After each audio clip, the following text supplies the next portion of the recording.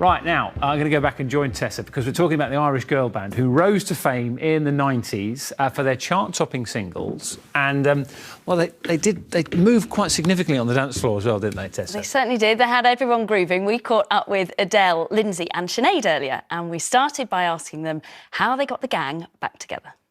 Well, it's a weird one, actually, because I think behind the scenes we've been together for quite a while, gigging, and I think it was only recently then it felt like the time was right to get back together in terms of creating new music.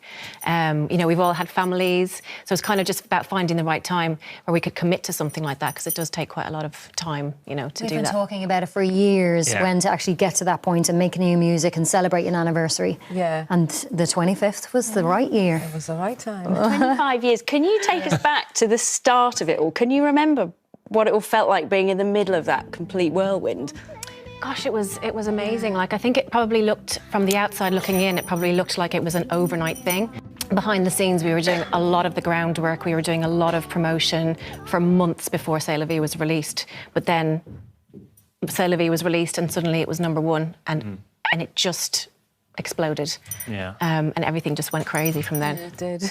Yeah. And some people, Sinead, they love that spotlight. But you've always said that you never really enjoyed it. Did it feel uncomfortable, that level of fame for you? It did, yeah. Do you know what it was? When you get to the airport and you'd see, you know, the fans there and they've slept overnight, and I'm like going, does your mother know what you're doing? Like, they're the same age as my daughter now, like, and it's just like, I couldn't understand that. And it was just, I think as well with Edel and Keely being twins, people kind of focused on them and they saw them first. So I was kind of happy enough just to kind of sit back, and there was many times people thought I managed the girls and they'd come up to me in the airport going, do you know them? Will you get an autograph? Will you take a picture? I was like, you just hold If anyone's wondering, Keely's not been kicked out of the band. She's just not very well. So she's not Sorry about that. Yeah, so it takes a while to kind of get used to that. You can either like take to it really well or just be like it's a bit overwhelming. Yeah. Great to see that at least one of you is still rocking the double denim. Oh, yeah, I know. This was the look, wasn't it? Yeah. I have double denim. I've got bits. All right. Shall we have a look at some of your new music? Yeah. This is Birthday, and there's quite a bit of denim in this as well, isn't there? Let's have a look. There is. We aim to please. Well, it's really good actually, because the director, we worked with this lovely director called Leon Mitchell for a company called Cinelight, and it was like a little family, and we're like a family, and they're like this big family, so it was such a beautiful day. And then they said, like, oh, maybe go around the barriers or over them or through them.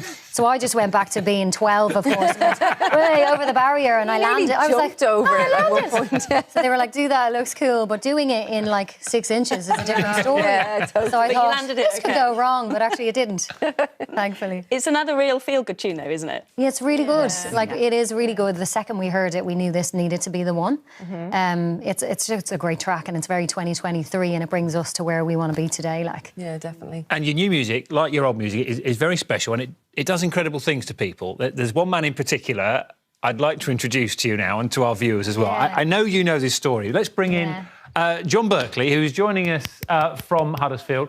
John, lovely to have you on the programme. John, I need you to explain the backstory here. What happened to you and how have Bewitched played a massive part in your life?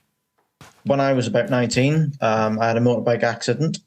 I was knocked off a bike and I was in a coma for a month. My parents decided to give me my MP3 player to listen to whilst I was in the coma. So they loaded some Bewitched onto it, which they knew I was sort of a fan. This is actually the MP3 still player got here. it, love it. It's a bit of a keepsake. 128 megabyte. That is, so one album, the gold that will fit on that. But I had dreams in the coma of the girls, sort of there giving me sort of motivation, telling me to get up, get back on my feet, and help me pull through. Wow. amazing. Oh, that's so lovely, John. And Amazing, John. It's an incredible story. The incredible story doesn't end there, though, does it, John? What happened when you came out of the coma? I emailed the girls, telling them the story, and they said, well, do you want to come and meet us? So I did.